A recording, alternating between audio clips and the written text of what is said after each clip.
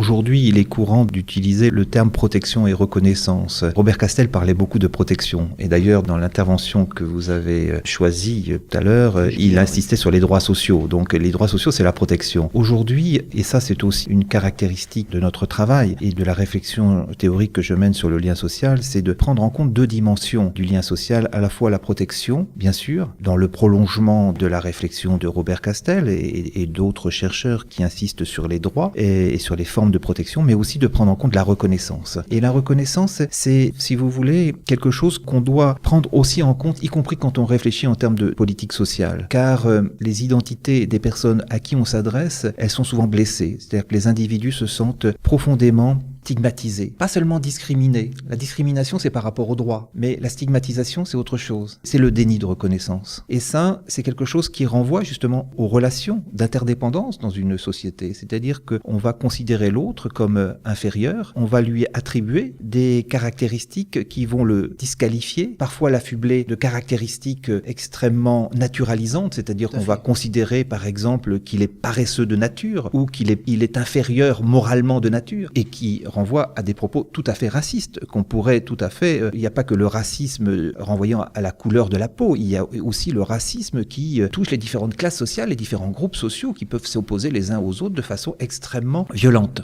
sur le plan symbolique et parfois même au-delà de la dimension symbolique.